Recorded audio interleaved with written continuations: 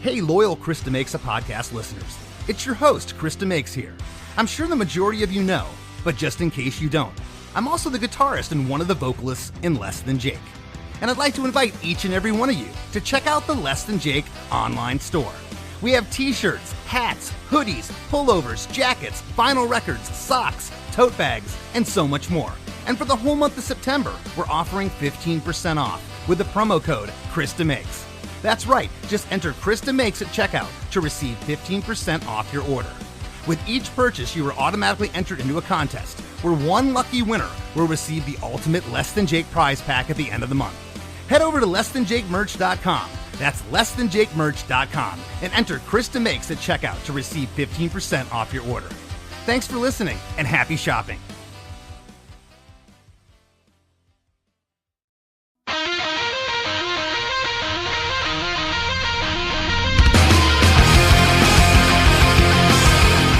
Hey everyone, today's guest is Joey Milligan, lead guitarist for the Winter Haven, Florida rock band, Anberlin.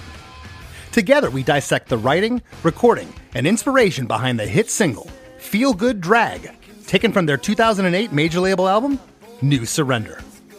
The song, formerly titled The Feel Good Drag, was originally released on the band's second album, 2005's Never Take Friendship Personal. When the band signed to Universal Records, their A&R person was none other than Nate Albert, former guitarist for the Mighty Mighty Boss Tones. Nate, along with others at the label, suggested that the band re-record the track.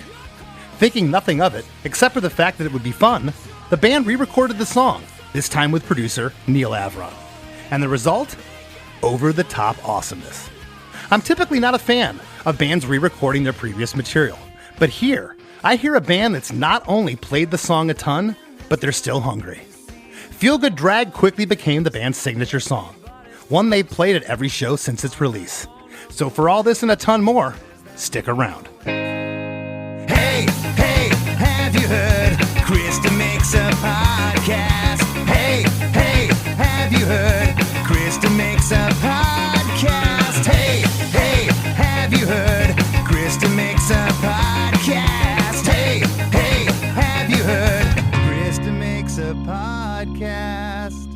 Joey, you're just up the road from me. You're in Nashville. Really? Where are you at? I'm over in Knoxville. I'm living in the Knoxville area these days for about the past 6.5 years. Oh, wow. I was in Knoxville yesterday. I know you were. I saw the tour dates. Had I known, I might have shown up unannounced to your show and eaten your rider backstage. But Fine with that. Yeah. How's things going out there? Great, man.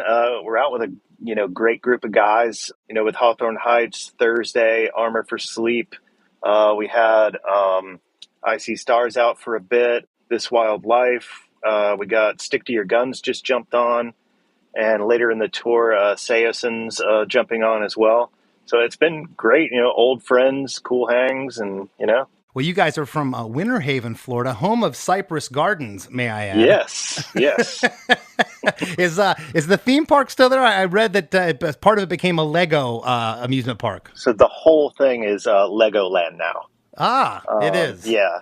There was somebody that came in from Georgia and bought it whenever Cypress Gardens was kind of going under, and turned it into Cypress Gardens Adventure Park. And it had roller coasters and stuff like that. And then that flopped, and then now it's Legoland. Seems to be doing well. I don't know. I've never been. I could talk to you about Central Florida folklore for days. I mean, boardwalk and baseball. Oh, yeah, man. Kansas City Royals. That's right. Well, you guys are from Florida, as is Less Than Jake, so we're state mates. Right, yeah. Oh, trust me, I have seen you play over the years. You guys in Hot Water, I don't know how many times. I saw you play in a record store parking lot on a flatbed trailer shortly after you signed with Capitol. And I think it was in Sarasota. It was in Bradenton at a big and tall store. Yes. My friend just sent me pictures. That was in April of '98. That is crazy. Yeah, I was there. We were only a band for 2 years at that point. Yeah, you probably didn't have any facial hair then. No. Smooth as a baby's butt. Yeah, you definitely would have been a baby. Well, it seems like you guys came out of nowhere but you didn't. I know you worked hard, but you made a lot of noise very early on in Florida. Your debut record, Blueprints for the Black Market, came out in '03, which '03 seems like 5 years ago to me, but it's not. Yeah, yeah, very much does. When I think about that, yeah, it's weird how it just all blurs together. Don't know where the time went. Your second record, Never Take Friendship Personal, was released in '05. And this is the album where Feel Good Drag was first released, although it was called The Feel Good Drag on this album. It was the 8th song out of 11 on that record, kind of buried late in the record. That's usually where an album track or deep cut would sit in the track listing. Was it just not in the forefront? You guys just didn't think this was the song then, and it's become your signature song, one of them. So doing the second record was so different for us. I mean, it was such a culture shock doing the first record in Seattle with Aaron Sprinkle, and we had really never left the Southeast United States. I think we had done a couple of road trips out west to California and back. But it was, deadheading in a minivan, it wasn't like any kind of a tour per se. And so the culture shock of going to Seattle and working with a producer for the first time. And, we got kind of the lay of the land and everything. So everything came a lot more naturally for the second record, but we had been on the road pretty much nonstop from the release of that first record until we were going in to do Never Take Friendship Personal. And so, while we had a little more experience, outside of, when we went to do the first one, we had done like demos in people's garages and demos, and my uncle's got a studio with an ADAT machine and, but like we'd never been in a studio. So this felt more comfortable coming in, but we were all just so beat from basically 2 years straight of touring. And I know Steven was under a lot of pressure then as well. Because we thought we did a pretty good job with the first record. And it's like, well, okay, no, we got to repeat that, And so basically what it came down to, Feel Good Drag musically was the first song I wrote the day after we got home from recording Blueprints for the Black Market. Wow. And it was the last song tracked vocally for Never Take Friendship Personal. So we finished up, I think it was 9 songs, and we essentially ran out of time, or at least for our scheduled time. And so we were like, well, we really like these other 2 songs, Feel Good Drag being one of them. And so we had never heard demo vocals to it. We had never heard anything other than the music, and the whole thing was tracked.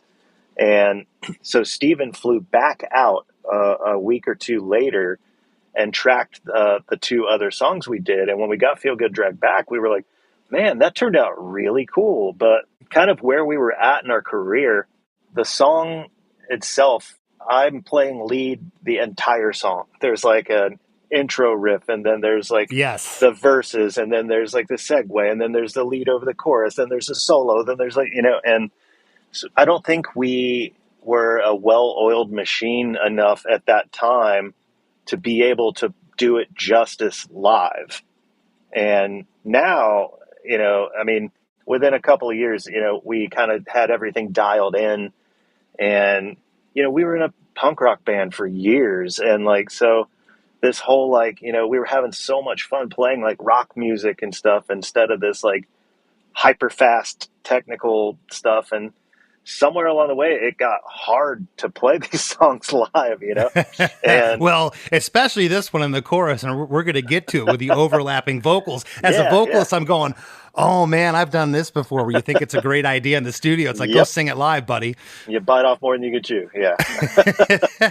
Well, you guys recorded another record after this, Cities, in 2007. And that record did really well for you. It ended up in the top 20 of the Billboard 200, sold 34,000 copies in its debut week, which that's pretty impressive. Granted, this was still 2007. People were moving physical units, but but that's awesome. You then signed to Universal Republic in '07, and in 2008 released the album New Surrender, which has the re-recording of Feel Good Drag. And I'll tell you, I'm not a fan as a whole of re-recordings.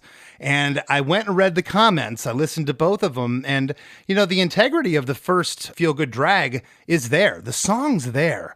I just feel on the re-recording a couple things. This isn't to take anything away from Aaron Sprinkle. Yeah. He's done a lot of amazing things. I think his productions are great. I've always loved Neil Avron's productions. Yeah. I think it sounds amazing. And I also hear a band that went out and played this song for a couple years. Yes. And came in and just kicked its butt. Right. At that point, we were in that well-oiled machine territory. We had been touring pretty much nonstop and writing nonstop. And we finally had our lineup nailed. Really the only revolving door we ever had was our second guitar player. Myself, our bassist Dion, our drummer Nate, and our singer Steven, we had been together since 96. And we were just having such a hard time finding someone that fit our circle, and when Acceptance ended up breaking up, Christian, their guitar player, was kind of hanging out. He was doing some things here and there. And we were like, why aren't we asking Christian? So we got him in, and going into New Surrender, that was the first time I had ever co-written music with someone. Oh, wow. He was the first guitarist besides me to ever play on one of our records. So that took a little getting used to for me, being like kind of control freakish in that space. But we ended up like working really well together. And, like I said, we got the show dialed in, the personnel dialed in, like everything was like, okay, we can pull any of these off now. Yeah. And so it was weird. We did it. We wanted to re-record it because of what you had said earlier. It kind of got lost in the shuffle, and we thought it was a strong song, but we were going to do it as like fan service and use it as like a B-side and put it somewhere. And, Universal came in and heard it, and they were like, no, that's the single. We're like, we didn't even want it on the record. Well, and that's what I was going to ask, is I noticed that Nate Albert was your A&R person over there, who, for the listeners, Nate Albert was the first guitarist in the Mighty Mighty Boss Tones. I've known Nate for years. He's went on to a successful A&R career. Was Nate one of the people championing for the song? Yes, Nate was behind it 110, man. I love Nate. Yeah. He was so funny. Anytime he would come to shows, I would see him. We'd be like sound checking. And the minute he walked through the door, I'd just start playing like ska, and he would just start throwing his hands at me. Giving your A&R guy grief, isn't that what we all did? That's what they need. Now I was going to ask, it kind of seems like it was a little bit of both. You guys are like, yeah, we have been playing the song. We'll just put it out as a thing for our fans, a little Easter egg for them. Right. But what I've learned being on major labels is anytime you do that, or the A&R guy says, yeah, you guys should record this for fun. It's like, is there an ulterior motive here? Yeah, there's some planning involved there for sure. And it was a tough process, because Cities had been out for, I think, a couple of months when we signed to Universal. And Universal was like, all right, we want you in the studio in 6 months. And it was like, bro, we just did a whole record. It was like 1 year later you released this, which is very surprising, because I know how long it takes to get contracts signed and to work out the red tape with a label. Here it was 1 year later. It wasn't 1 year later you started recording. It was 1 year later you had a finished product with the brand new album, New Surrender. And on this record, it was track 5 out of 12 this time. So it seems like everyone was kind of like, well, maybe we do have something here. Worked up there a little bit, yeah. It was, I'm sure it's like hey, you guys are awesome. You've cultivated this great fan base on your own. You've broken the Billboard charts on an independent record label. Like, man, we love everything you guys about. Now that you've signed, okay, we want to change everything. And so it was awesome. Like, working with Neil was amazing. He's a great guy and a great producer. The whole experience was very nerve-wracking, both on the writing front and the recording front, because it wasn't like this whole thing where we'd had a couple of years to like stew and like get everything where we wanted it. It was like, man, we're throwing every song we think of at this thing, and it led to some cool stuff. It led to some things we wouldn't normally do. Well, I had read that you guys recorded, you had 26 original ideas. You cut that down to 15. That's a lot of material. It's almost a double record. Well, that was kind of the thing we've always operated off of is when we did the first 3 records. The first record was tough because, we were fine tuning these very few amount of songs that we have. The second record, we had a larger pool to draw from. And then by the third record, we had stockpiled so many demos, it was much easier to pull from. And then rolling into the next one, we still had all this stockpile of demos that had great parts in them, but themselves were not wholly finished ideas, And so fleshing those out in such a short period of time was very nerve-wracking. I bet. But you know what? The proof's in the pudding here. The album peaked at number 13 on the Billboard 200. The first single from the album, Feel Good Drag, claimed the number 1 spot on the alternative songs chart after being on the chart for 29 weeks. So yeah. I love stories like that. It's like sometimes you just like, I don't want to re-record this. Or we've already done this. It's a retread. I don't want to do it. And a lot of times you can feel that in the performance. I don't feel that at all. I think you guys killed it on this one. Before we jump in, I want to ask you, did you know, you put this song out a couple of records prior. Was it almost immediate when you went out and started playing it for the audience, for your fans? Was it kind of like, wait a second, there's something here. Did you know it was, I'll use the term, did you know it was kind of hit among the fans? I don't think so. I think we thought fans were just happy because we were playing it more regularly now, Okay. Like it was actually a staple in the set list now, whereas it used to be like once in a blue moon, we'd throw it out there. But like, I don't think we realized what was happening until we no longer had any time to do anything else except for play shows, play radio shows, do radio station visits, and we start getting this kind of organic reaction to everything. And we were like, oh, holy shit, man, that might be good. Like, this might be really good. And isn't that strange how we as the performer, we're always the last to know what works? Yes, we think 100%. This song's amazing, it's going to go over well, and it just lays there like a dead fish. And then other songs you just think have no potential in a live setting. You play them and they just stick. Well, the song's 3 minutes and 8 seconds. It's only about 13 or 14 seconds shy from the original recording. Not much of a difference here, really, except for the production. I hear the confidence of a band that have been playing this song. And the production, there's some really cool things in here that we're going to touch on. The intro, it's a huge guitar hook right off the top.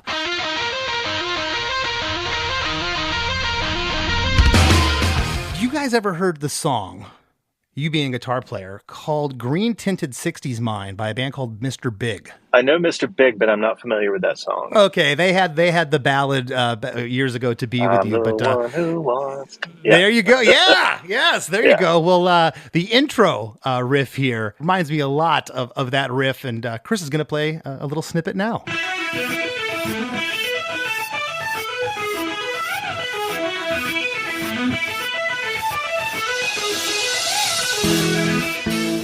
On bar 3, there's an overall volume swell, a quick kick drum and snare flam, and the first of many what I'm calling guitar noises. It's like feedback and open string chaos, followed by 8 bars of stereo guitars, bass, drums, and that guitar lead. At the end of the 8 bars, we get guitar noise, followed by another musical hook and running theme in the song. It's those 4 staccato hits with the whole band. It's like a march. Dun, dun, dun, dun. And then we get into verse 1.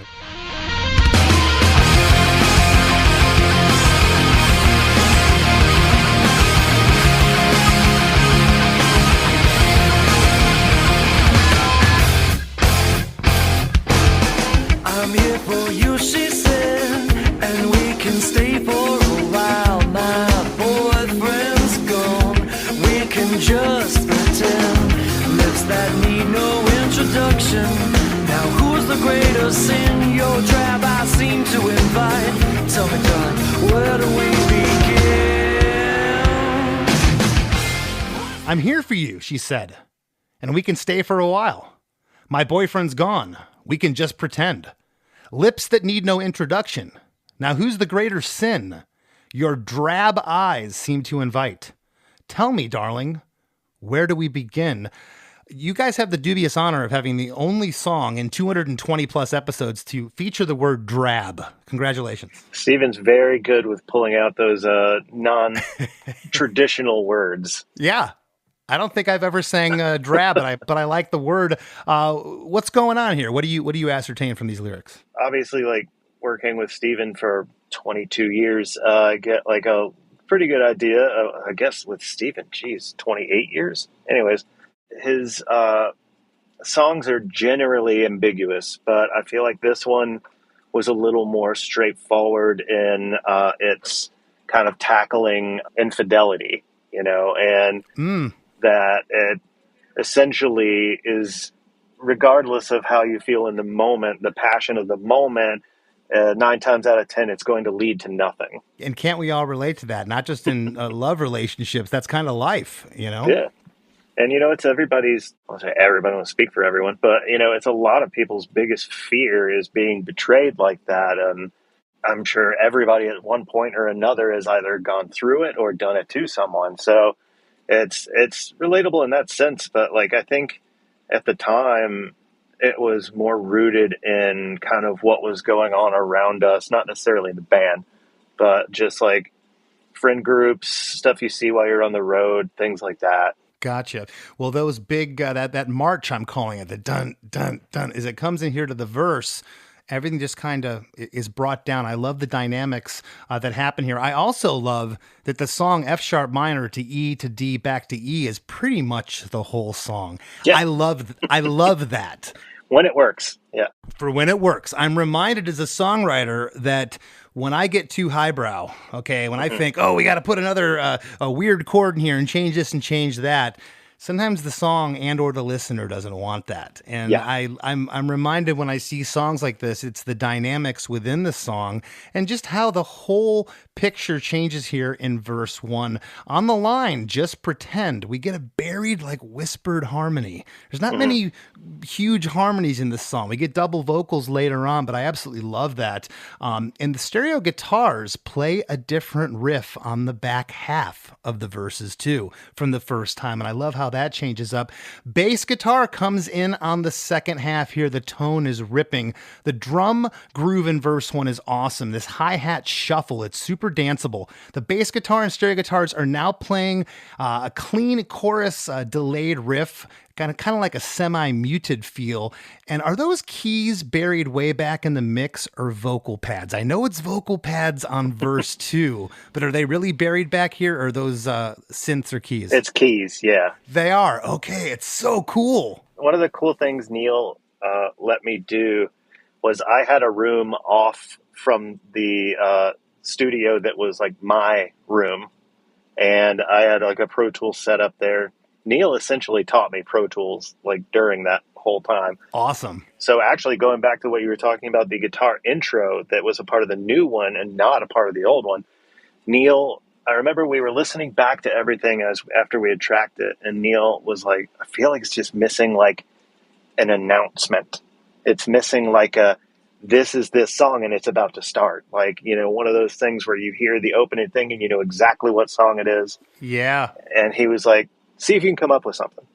So I went into my room and I just kind of fucked around with stuff until it sounded cool. And I brought it to Neil and he was like, let's plug it in. Sounds good. So we just popped in what I recorded in the little room, and that was that. I love that. Well, on begin, the last line here in verse 1, we get a 2-bar holdout, like a big stereo guitar swell over 4 kick drums and a whole band chicka chicka. You guys say chicka chicka? Or is that we just say me? chicka chicka. Yeah, no. And but I've never really talked to other bands. Yeah, I've never talked to other bands about that, even on this show too much. But sometimes we like to have our own language. Chicka chicka. It is 1,000% a musician language. Well, we get those chicka chickas, and I got to tell you, not saying that Neil invented this, but his records are full of those. The Yellow Cards, really? The Fall Out Boys. Well, yeah, and the other thing I love about his records are the low end. A lot of the pop punk, a lot of the records that were coming out in the 2000s, I don't know, just for me, just didn't have a lot of that bottom, but Neil's productions do. Right off of that chicka chicka, we are now into chorus 1. And I can't even imagine how Steven, I went and looked at live videos. He does his best, but these overlapping vocals here, the first time he ever sang this live, he had to be like, what did I do? Right? Yes, actually. It really was. There have been a handful of times because that became almost like a signature of his on, many songs. And there have been a number of times where he's like, well, I just need you or Christian to grab that part. I'm like, bro, do you know how high you sing? Like, Yeah. I was like, I'm topping out right about now. I didn't know if that was somebody else singing, and that's why I always go and watch the live videos to see. I'm like, no, that's him. So how's he doing this? And he did a really good job. There's a huge crash cymbal and crushing drum beat here in chorus 1, which happens at the 41-second mark in the song, which only 40 seconds in, a lot has happened. That intro's huge at the top, settling into that verse. And now, of course, into chorus 1. Stereo guitars and bass, along with an octave guitar. And maybe there's another guitar playing single notes with that octave. Do you recall? That is just a straight up rhythm and a straight up lead. Okay. So I'm not hearing another octave guitar there. Okay. There are a little bit of a buried pad behind it, keys. Then I think that's what I'm hearing then. And I love those. I love those production things where you can't discern exactly what it is, but it's there. Right. Yeah. And man, when you mute it and it's not there, you really know. Felt, not heard, right? Yeah. Yes. There you go. There you go. Double vocals here, it sounds like, in the chorus. Yes. Neil, I know, he's a big fan of stack vocals. So we definitely, for almost every chorus, he was really into that. And I think Sprinkle was pretty big on that as well. And that was something totally foreign to us when we first went in to do the first record. And then now it's kind of standard. Sure. It's a good job here, though. It's not an obvious double. Right. It's really, you got that nice vocal in the forefront, and then you could tell that it's rounded out here. We also get halfway through on after the line, like the devil's got your hands. After hands, we get that guitar noise. Were those guitar noises overdubs, or were they on the actual tracks? On the actual rhythm tracks, yeah. Awesome. And is that important for you to do? Because a lot of times with me, I think about, can I pull this off live? But there's also something about playing it. When I go to do an overdub, it's deliberate. And a lot of times I can hear that it's an overdub. Yes, that's what kind of drives me nuts. I would far rather prefer to do like everything on the same take. Obviously, over the years, here and there's little stuff that you'll just punch in here, punch in there.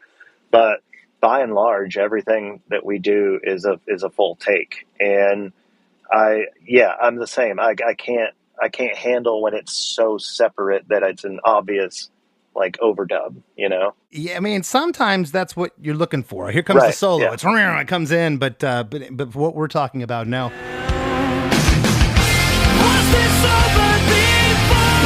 Was this over before it ever began? Your kiss, your calls, your crutch, like the devil's got your hands. This was over before it ever began. Your lips, your lies, your lust, like the devil's in your hands. Was this over before it ever began? Your kiss, your calls, your crutch, like the devil's got your hands. This was way over before it ever began. Your lips, your lies, your lust, like the devil's in your hands. As far as the chorus goes, a lot of information here, but catchy as ever. Again, I think it goes back to that infidelity theme. And I think it can be seen as like a person either speaking to someone or a person speaking to themselves. Isn't that, and I don't know if you've ever asked Steven this, and I've talked to other artists about this, where they write lyrics and they think it's about something other than what it is. And they reflect a couple of years later and go, oh, I was writing about myself. I just didn't realize it at the time. Right. I've heard of people doing that.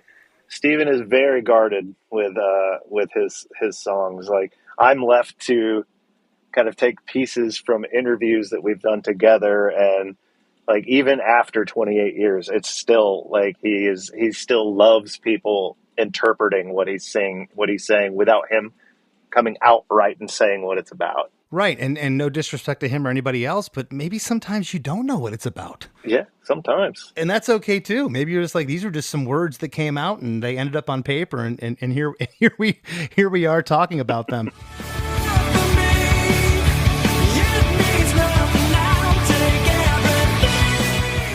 Hey everybody, don't go anywhere. We got lots more coming up with Joe Milligan after a few words from our sponsors. What makes a song a smash on the charts? Is it talent? Luck? Timing? Well, as chart analyst and pop critic Chris DeMakes would say, it's all that and more. Chris hosts Hit Parade, a podcast from Slate, where he tells tales from more than a half century of pop chart history. Through storytelling, trivia, and song snippets, he dissects how the artists you love or hate dominated the airwaves and shaped your memories forever. He's explained why Steely Dan is yacht rock and Jimmy Buffett isn't, why girl groups dominated the early 60s and boy bands the late 90s, how the members of disco band Chic wrote a bass line that launched hip-hop, how Taylor Swift pivoted from country to pop, how Sam Cooke invented soul and James Brown invented funk, and what exactly a one-hit wonder is, and whether the band Aha is a one-hit wonder. I think you'd really like it. So for tales of the hits from coast to coast, make sure to follow Hit Parade wherever you get your podcasts. When you think about businesses like Allbirds or Skims that are selling through the roof, sure, you think about a great product, a cool brand, and brilliant marketing. But what's often overlooked is the business behind the business that makes it all possible. For millions of businesses, that's Shopify. Nobody does selling better than Shopify, the home of the #1 checkout on the planet. With Shop Pay, you can boost conversions by up to 50%, meaning fewer abandoned carts and way more sales. Whether your customers are scrolling online, strolling through your store, or browsing social media, Shopify ensures you're ready to sell wherever they are. It's no secret, businesses that want to grow, grow with Shopify. Upgrade your business and get the same checkout Allbirds uses. Sign up for your $1 per month trial period at shopify.com/DAX, all lowercase. Go to shopify.com/DAX to upgrade your selling today. Shopify.com/DAX. Hey there, Chris DeMakes podcast listeners. Ready to take your podcast experience to the next level? By signing up for the supporting cast at chrisdemakes.com, you not only ensure the continued production of our show, but also unlock exclusive perks. Subscribers receive a weekly bonus episode of our other podcast, The After Party, co-hosted by Chris Fafalius and myself. Many fans rave that The After Party is just as enjoyable as the main show. And with close to 200 music-centric episodes in the archive, there's a treasure trove of entertainment awaiting you. Thank you for tuning in and for your support in keeping the podcast going strong. Join us at chrisdemakes.com and let's keep the fun conversations going.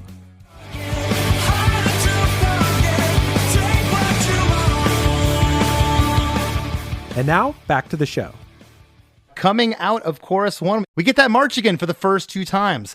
That's the whole band. The 3rd time, it's just stereo guitars. And the 4th time, a drum fill takes us into verse 2. Everyone in this town is seeing somebody else. Everybody's tired of someone. Our eyes wander for help. Where's that need no answer now? 'Cause I'm tired of who I am. You were my greatest mistake. I fell in love with your sin, your littlest sin. Everyone in this town is seeing somebody else. Everybody's tired of someone. Our eyes wander for help. Prayers that need no answer now, 'cause I'm tired of who I am. You were my greatest mistake. I fell in love with your sin, your littlest sin. And that line really stuck out to me, Joey. Everyone in this town is seeing somebody else. There was a time in Gainesville where we're from. I know you can identify with this. And you're going to the punk clubs every night of the week. It's just like, oh, there she is. And my buddy was dating her last week. She's with somebody else. And this guy is dating somebody else. And, after a while, you just stop going to the venue because you're afraid of running into your ex. Very true. Definitely happened in the, Central Florida scene, back when we had like a bunch of really bad venues and a bunch of really cool venues throughout like Tampa, St. Pete, Orlando. I'm sure in Gainesville you had what? You had Full Circle, Hardback. You had the back booth back in the day. You had the Back booth. junkyard. That's what I was trying to think of. Sapphire Supper Club. Sapphire Supper Club. Or the Social. You had the Orpheum and Ybor, and you had Crowbar and Ybor now. Like State Theater, like so many cool places. Janice Landing. But like you see everyone you know there, and everyone's on a relationship, merry-go-round. And it gets to be social anxiety to the point where you're like, I'm just not even going. Yeah. Yeah. And it's funny because you realize, like at that time when I was a young kid going to these shows in Gainesville, it was just like, oh, this is such a big scene. But you look back, it's like, no, it's the same 40 people hanging out every weekend. Exactly. As a whole, we get those vocal pads here. And again, that keyboard was not in the original version. That keyboard we hear in verse 1 and the vocal pads weren't there. They're not super, super loud. They're pretty subtle, but man, they just add like a hauntingness to this verse too. Was that Neil's idea? I want to say it was Neil and Steven. It just kind of added to, again, kind of the eerie vibe about it. Like the almost like I'm not supposed to be here kind of vibe, I thought they did a cool thing with that. I think I did the keys in my closet in my room, and then I think Steven just kind of doubled over those. I love it because I harken back to hearing this from a producer years ago, and at the time it angered me because I was like, well, that's not how we play it live. He's like, we're not playing live, kid, we're cutting a record. And at the time it made me mad, and as time has went on, I understand exactly what he meant. It's like, hey, we're going to put these vocal pads there. When you go play it live, no one misses them, okay? Right, yeah. But for the record, it adds something. It's undeniable what it does here in verse 2. We also get some harmonies halfway through on No Answer Now and on Tired of Who I Am. They're very subtle and push back. We also get a harmony on You Were My Greatest Mistake. Halfway through verse 2, the bass comes in again. I love that. I love little dropouts. Like, let's just take the bass out of here for the first time. And going through, I probably listened to this song combing through it 7, 8, probably by the 8th or 9th time I'm going through it, it dawned on me, oh, that's why it feels different. They just dropped the bass out for the first 2 times. Simple trick, but so effective. Like slow builds for everything, right? Yeah. On the last line here, that break happens again, but the guitar does this fun little rev of a motorcycle. I'm calling it. Then we get the chicka chicka again, and that is right at the lyric, your littlest sin. So a little bit different of a turnaround here in verse 2 from verse 1 going into chorus 2. Same lyrics here in chorus 2, same overall instrumentation, but we are now joined by a nice loud 16th note tambourine. Yeah. Just pick up a little energy, Your sin, your littlest sin. Was this over before it ever began? Your kiss, your calls, your crutch, like the devil's got your hand. This was over before it ever began. Your lips, your lies, your lust, like the devil's in your hands. Isn't that funny how here you're rocking out this chorus, you're bashing it, it's heavy, it's kind of sludgy, but you put a tambourine on it and all of a sudden it makes it feel like it's going faster even when you're at the same speed. It picks it up. I mean, where do you go once you have a wall of guitars, right? Like, how do you pick things up? How do you make it like jump up a touch? Just pick up the tempo a little bit and people's perception by adding some percussion, makes a world difference. It absolutely does. We get that guitar noise again after Devil's Got Your Hands. And I know this record was cut on Pro Tools, but this chorus, it's not copy and pasted here. It's a different noise from chorus 1. And I respect that because we can fly stuff all around, but I love to hear that. And I pay attention to that. And I truly feel, sometimes certain electronica or pop music, it can all be carbon copy and can be the same. Yeah. I love hearing rock bands actually play it again and have it be real. Yeah, it's fun, man. I mean, why not take advantage of your time in this super nice studio with this great producer, with this cool guitars, amps that you don't own? Like, why not play those as much as humanly possible, Well, especially if you can play too. You know, if you got some hack over there, he's taking 15 passes, you're like, okay, just print one, we got one, and fly it all over the place. Right, yeah. which we can understand that too. At the end of chorus 2, like the devil's in your hands, we get 4 bars of a lone guitar lick followed by the bridge. And this part is so powerful. Stereo guitars, bass, and drums playing this killer syncopated riff. The drums get busier on the back half. As we near the guitar solo, that guitar lick also runs tucked underneath in the mix here when the vocals start.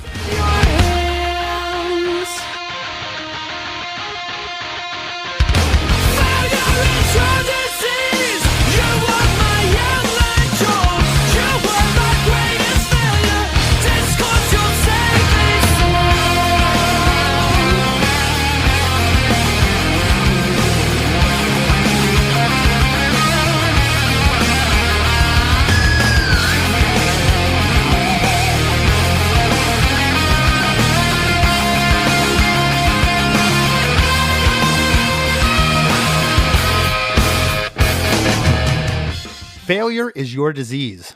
You want my outline drawn. You are my greatest failure. Discourse, your saying song. Yeah, I mean, again, similar theme. Could be talking to himself, could be talking to someone else, could be talking about someone else's situation. You know, I think the theme of mistrust and infidelity and lost trust maybe, and like kind of self-loathing a little bit. Like it's all in there, you know. I love what I call syncopated, dun dun dun dun. You know, where the guitars and the bass and the drums.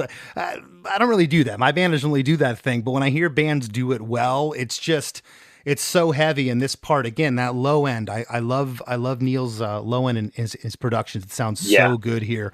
Out of this bridge, we come into a 16-bar guitar solo, along with stereo guitars, bass, drums, and tambourine sitting back in the mix as opposed to chorus 2. So the tambourine comes back in for the guitar solo, but it's mixed back. On bar 9, we get a nice pinch harmonic dive bomb there.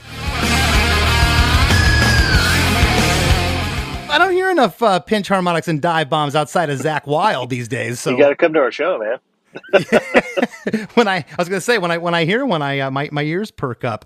After the dive bomb, we then get the march, dun dun dun dun, and while that's happening, we get a toggle switch on the guitar, kind of going back and forth. And I'm going to ask again: was that an overdub or was that on the actual track? That was on the actual track. So I had been playing the song live for a couple of years at that point, and I think I actually threw it into, I think it was in the original version as well. The dive bomb wasn't. The dive bomb was me having fun. Yeah. So our engineer at the time, he had me, I did the solo, and I think I got it like the second pass, and he was like, cool, are we good? I was like, well, actually I want to double that. And he was like, what? I was like, yeah, I want to double that. So I had doubled my leads pretty much every record. I love the way it sounded. It always makes me think of Randy Rhoads. Okay, I was just gonna say Randy Rhoads. That's awesome. Okay, always double the solo, and So when it got to the dive bomb part, and I doubled it, we were like, yes, okay, yes, like that's staying there. A lot of lead players can't double themselves very well. They play with just this odd feel, and they go to try to double it. I've no vocalists that have a hard time singing with themselves. Some people can do it flawlessly. It sounds like you got it down. Here's another thing I wanted to ask you, though.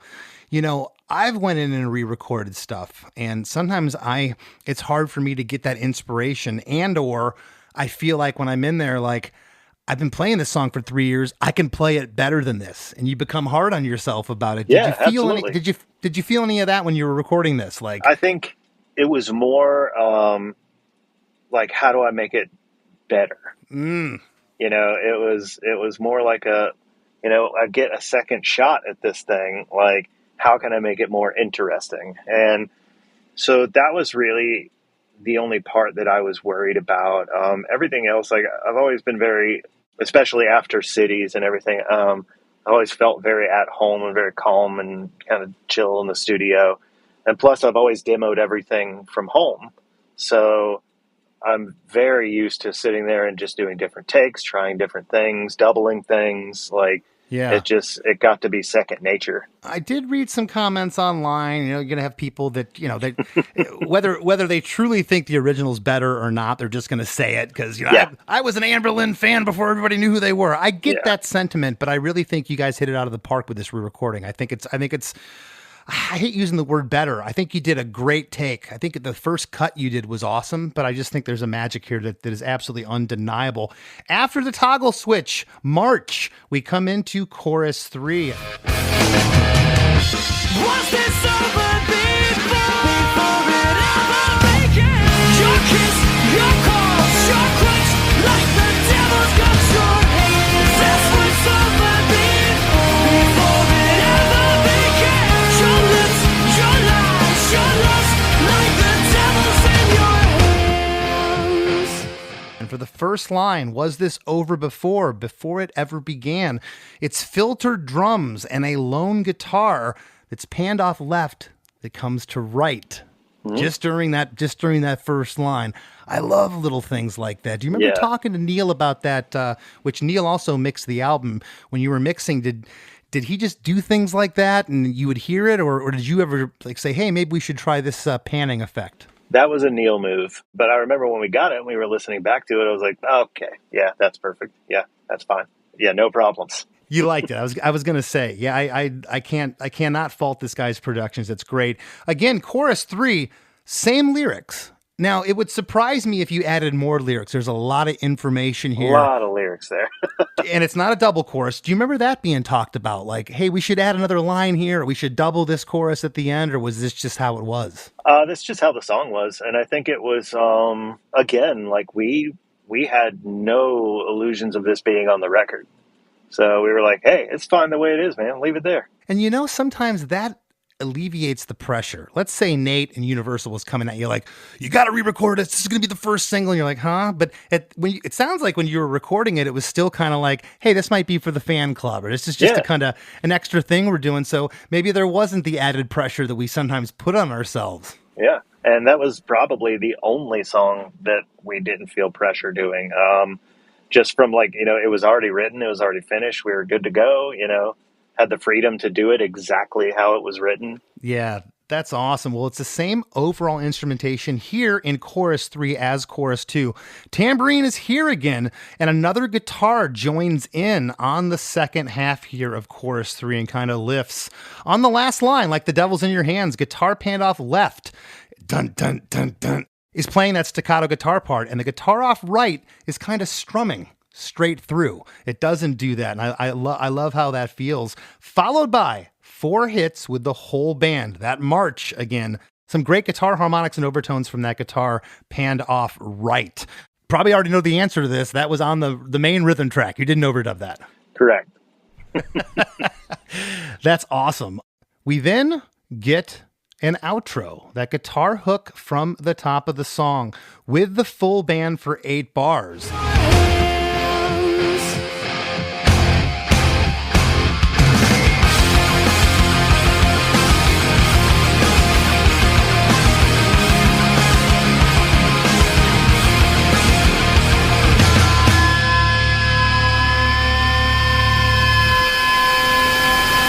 Song ends with some guitar noise that kind of just disappears, and that's the end of it. When you guys heard the first mix come back from this track, were you like, okay, we did it? Were you stoked? Did you think you beat the first recording? I did. I loved it. I was blown away. Neil's such a great mix engineer and really got like the energy of the song. And one of the things that we talk about is when we went to go do blueprints for the black market, Aaron Sprinkle had never seen us play live. So listening to demos, it was basically what he was gauging his approach on, more like a cleaner kind of a bleed American kind of vibe, like, distorted guitars, but everything is still fairly clean. Yeah. And then going into Never Take Friendship Personal, he had seen us a couple of times. Never Take Friendship Personal is much heavier, much more raw, much more like we were live. And I think going into this record, we nailed the energy on that song that comes with it live. And again, there's something to be said, and we don't talk about that too much on this show, but there's something to be said about a producer seeing the band live. Remember Bob Rock? Bob went to see Metallica on the And Justice for All tour. He's quoted numerous interviews. He's like, I'm sitting in this arena wondering like, well, why doesn't the band sound like this? Yeah. They're this big, massive thing. They've never been properly recorded. And I just think you guys and Neil completely hit it out of the park. I think this song is awesome. And I'm assuming that you guys have probably played this at every show since it's been released. Yes, unfortunately, that's what comes with the territory, right? You can never not play that one again. I always make the joke, man. If Bon Jovi, you go see, they got to play "Living on a Prayer." You're going to leave upset. You got to hear the hit. What's coming up next? I know you're on the road right now. What else is coming up for Anberlin? I know that we got a new album. I saw this could be rumor. Vega, is that what it's called? Vega, yes. So we did our 2 EPs on Equal Vision that we released separately, and then we went in and we tracked 2 new songs with Maddie Mullins from Memphis Mayfire, who's actually our lead singer indefinitely at this point, and they turned out really great, and so we wanted to just put those 2 songs and combine the 2 EPs and just make it one full record. We've already actually recorded more new music. We're going to keep recording more new music. Maddie has been absolutely crushing live. It's funny. Inevitably, when there's a member change, you're going to get, comments. You're going to get people, I'm never listening to them again. And most especially a singer, right? Oh, Steven is so entwined with like the identity of this band. And understandably that, a majority of people were very upset, upset that he's leaving, and not necessarily upset with us because it was a very mutual decision. Steven has a lot of family things that he needs to focus on, a lot of community things he wants to focus on. The guy is busy 24 hours a day and has a big family. And, we 100% understood him wanting to step away. And he actually handpicked Maddie and contacted Maddie before he even spoke to us. He wanted to come to the table with a solution. And Maddie has been an Anberlin fan since high school, and we had had a couple of interactions with him here and there, and he's such a great, positive person. And he fit right in. These new songs with Maddie are fantastic. It sounds like it was the best thing that kind of could have happened. Sounds like Steven embraced it. I mean, look, what a mature, awesome thing to do, to be like, hey, I put my time in this band. I'm proud of it. I love it. I want to see the legacy go on. I'm going to find someone that can, do the project justice. And hey, as we know, never say never. He might come back later down the line. No one has a crystal ball. Don't know. I mean, obviously we love him. We want the best for him. If he wants to come back, absolutely. It's been fun kind of seeing a lot of these comments as we've been on this tour. They're like, I went into this with just fingers in my ears, like, no. But after watching you guys, that was unbelievable. Maddie is unbelievable. The fact that we've turned so many people around just by being on the road and just doing our show has been really, really cool. We have a new single out right now called Walk Alone. We have another single called 7 coming out in a couple of weeks, and we've got more to come. Awesome. Well, congratulations with Maddie as your new vocalist. I wish you guys all the best out there on the road, and thank you so much for sitting in today and breaking down Feel Good Drag with me. Absolutely, man. Thanks for having me. So don't you walk alone tonight. It'll get better. Let these words always be your light. I promised that I would cry with you, hug with you, bleed for you. So don't you walk alone tonight.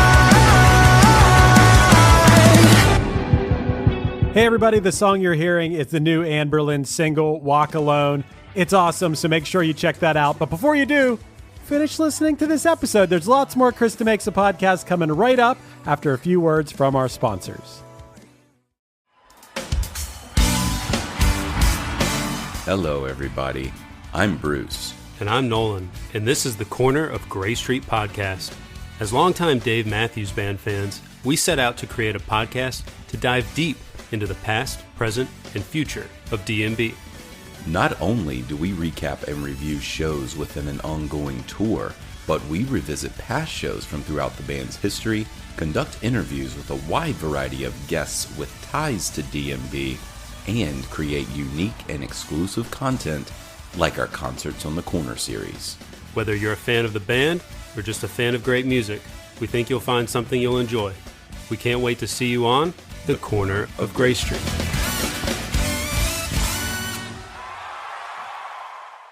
Hey, what's up? This is Blake Weiland. I'm the host of the Tone Mob Podcast. It's a show where I interview guitar people about guitar stuff. We talk about their pedals, their amps, their accessories, their preferences, all that stuff, as well as a healthy dose of whatever comes up. Topics have ranged from aliens to addiction and anywhere in between. Oh yeah, and pizza. We're definitely going to be talking about pizza. So get the show wherever you're listening to this podcast at. Just search The Tone Mob in your search bar and it will pop right up. Come join us. We're having a lot of fun. Thanks for checking it out. Hey friends, have you been loving Chris DeMakes a Podcast? Well, spread the love by leaving a 5-star review on Apple Podcasts and Spotify. Don't hesitate to share what you enjoy about the show in an actual written review on Apple Podcasts.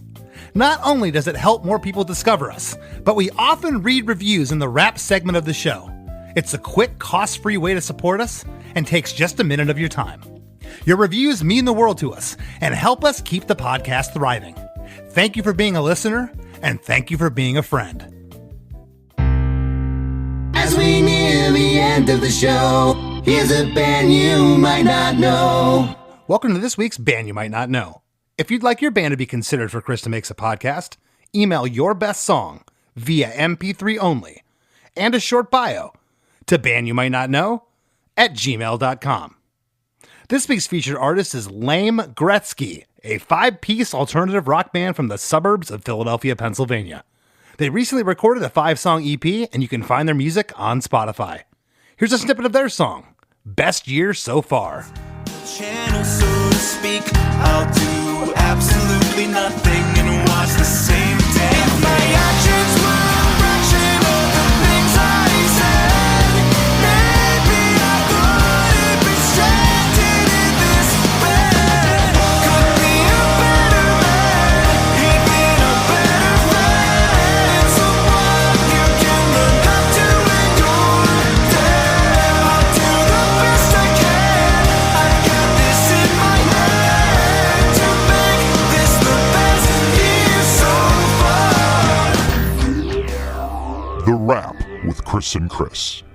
Chris, the story behind this song kind of reminded me, but in a different way, with a different strategy by the A&R and the label, it sounds like, reminded me of a past song that we did on Chris DeMakes a Podcast. Do you know which one I would be talking about? It was an early episode. Oh, early episode. And they wanted the band to re-record it.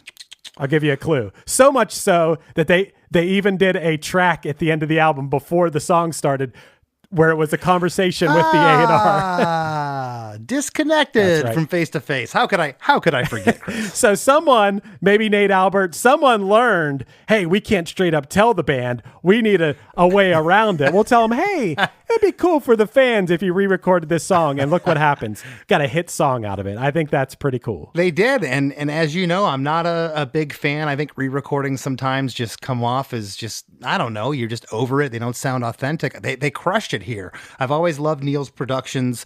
I hear a confident band. The first cut of this song, all the parts were there. The guys are great players. Everything was there, was committed to tape, but it didn't have the energy that this one had. How cool is it to get to record a song that you've been playing live for years? You said it. You get to go into the studio and just crush it. That is awesome. Well, and they talk about the sophomore slump. I mean, here bands were out in the clubs, reworking and refining their set for years, and they had 12, 15 songs that they had been playing. They go record the first album, it goes gangbusters, and then they have to come up with material for the second album that they weren't road testing, and this song was definitely road tested. Yeah. Hey, Chris, I love how this is the second episode of Chris DeMakes a Podcast that you've referenced this obscure Mr. Big song. No, the first I thought about that. The first Mr. Big song was Addicted to That Rush. It wasn't this song. You're right. Yeah, you're right. Yes, and that was the bass. That was Billy Sheehan's bass. But this is Paul Gilbert at the top, and I think it might even be the same key as this song. But we'll let the listeners discern that. That's so funny. Yeah, this is Green Tinted 60s Mind. I had this song in my head because we just recently did a one-hit thunder about Mr. Big, which, hey, just so you know, Mr. Big might be a one-hit wonder in the United States, not in Japan. They are enormous still in Japan, and that song you referenced is a huge song in Japan too. So, yep. I stand corrected, Chris, but you brought that song up in reference to how this song starts with a riff, and at one point, Joey referred to that as like the song announcement, that riff at the top of the song that sort of gives the song an identity from the second it starts. When a listener hears this song come on, they instantly know what it is. I thought that was really cool that he referred to it as the song announcement. I don't know if that was his term or Neil Averon's term, but I like that a lot. Yeah, well, and then at the end of the song, it comes back again at the outro, and it kind of is like, to me, it's like a bookend of the song, and it's at the top, and the riff is so strong and so catchy that it makes it a complete thought to me. Yeah, Joey's a ripper. I like that you talked about chicka chicka. We all know what that means. If I say to my band, hey, at this part, we're going to go chicka, chicka, chicka, chicka, like we all know what that means. You'd be hard pressed to find a rock band who doesn't know what chicka, chicka means. I guess so, but I've never asked anybody on this show before. So I had to ask him if he knew what it was. And of course he did. Yeah, I think that's a universal term, right? Sure. I also, Chris, so much stuff. I took so many notes during this episode because there were just so many things I wanted to hop into the episode and talk about. Another one of those things is, what a difference the tambourine makes. We just talked about it recently when we had Dr. Frank from Mr. T Experience on. And Joey said it was so interesting. He's like, where do you go once you have this big wall of guitars? Adding a little bit of percussion makes a world of difference. Geez, the tambourine makes so much difference. It just, you can feel it the second it comes in. And that's all that is really different about chorus 2, is that tambourine. It wasn't there on chorus 1. And I don't know if I said this to him. There was something else in the song I had to listen to a bunch to realize what it was. Oh, it was the bass coming in the second part of verse 1 and verse 2. But yeah, just those little production things can really make or break a song. And let's talk about this vocal, this overlapping thing. It's and this isn't a little overlap. This is a lot. Right. Yeah, that's not something you are always thinking about in the studio, but believe me, you will be thinking about it when you're playing it live. And hey, props to Steven and I guess now Maddie for having to do that live, because I don't know, I would probably say rely on my bandmates to cover for me, but like Joey said, he sings so high that someone can't cover for him on it. Yeah, and I also love that he kept the guitar overdubs to a minimum. A lot of that noise and stuff you hear was on the actual tracks, and I back that. I think a lot of times you can feel when it's an overdub, it doesn't sound natural, and the guitars, though, again, I can't say enough about the production. It sounds amazing. Yeah, and Chris, the one more thing that I wanted to talk about that I thought was so cool that he said is when you referenced oh, you played through all this. You weren't flying stuff around. This feels like a real rock band. He said, well, yeah, why wouldn't you take advantage of your time in this cool studio with all this cool gear? And I think that brings about something that's so important to remember. This, making music, is supposed to be fun. And you hear it in the recording. If you're having fun playing it, it's going to be fun to listen to. I think that can get lost sometimes in the, oh, I just got to get this right one time and fly it around. You can lose the fun of the whole thing. Absolutely. Well, this was another amazing episode. And if you get a chance, head over to ChrisDeMakes.com, where we have a supporting cast. It's like our Patreon. You can get extra bonus episodes each week where Chris and I will fill you with way more fun-filled facts about music and everything else in between. And also, please head over to Apple and give us a 5-star review. Those 5-star reviews help us get amazing guests and help introduce other people to the show. So thank you for providing those reviews. Yeah. Hey, Chris, can I read you a 5-star review that we got? You can always read me a 5-star review. This one's from Jareth Cute Story. Jareth Cute Story gave us 5 stars and wrote game-changing podcast. And Jareth wrote, this podcast has changed how I listen to music. I have been a musician for a long time, but I've never been one to dive into songs and lyrics in the arrangement. I've been a big fan of both Less Than Jake and Punchline, and that helped me find this podcast, but it really covers all genres. They have definitely found their footing more and more as the show goes on. Sometimes Chris, oh my God, I started reading this without realizing there was also a criticism in here. Are you ready for this? Let's do it. Let's hear it. He said sometimes Chris seems to talk over guests or not let them get their full thoughts out. Overall, an incredibly great podcast. Chris, I never noticed that, and if you did that, I would edit it so that it didn't happen. But wow. Well, I was just going to throw you under the bus and say that's the editor's fault for me talking over people. I love Jeez. I picked this one and didn't see that there was a criticism in it. Hey, we're leaving that in, though. Hey, he still gave us a 5-star review, though. I don't care if he craps on the show. Give us those 5-star reviews. Right. Keep them coming. And yes, we can take constructive criticism, okay? Yeah. I'll try not to talk over any more guests, but thanks to everybody for listening. I want to thank this week's guest, Joey Milligan, for sitting with us. And we'll catch you next time.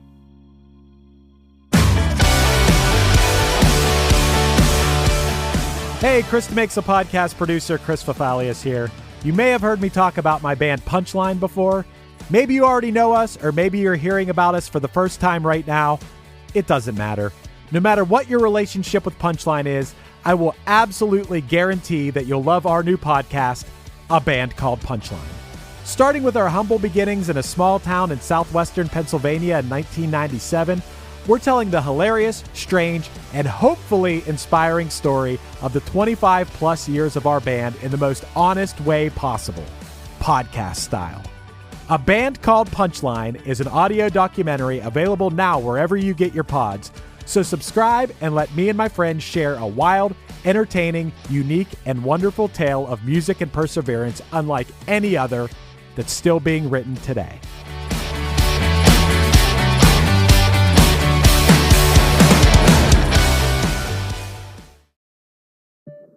Are you ready to take your business to the next level? Meet Viant AI, the world's first fully autonomous advertising platform. With Viant AI, you can automate media planning, analyze results, and drive smarter decisions, all while saving you time and resources. Viant AI helps you unlock new potential and boost productivity regardless of your expertise. Visit Viant.ai today and see how the future of artificial intelligence in advertising can work for you. Hey everyone, it is Ryan Seacrest here. Ready to heat up your summer vacation? Get ready, things are about to get sizzling at Chumba Casino. Your summer getting a whole lot hotter with a special daily login bonus waiting just for you. So sign up now for Reels of Fun and Reels of Prizes right here at Chumba Casino with yours truly. Join me at ChumbaCasino.com and dive into a summer of social casino fun. Sponsored by Chumba Casino. No purchase necessary. VGW Group. Void where prohibited by law. 18 plus. Terms and conditions apply.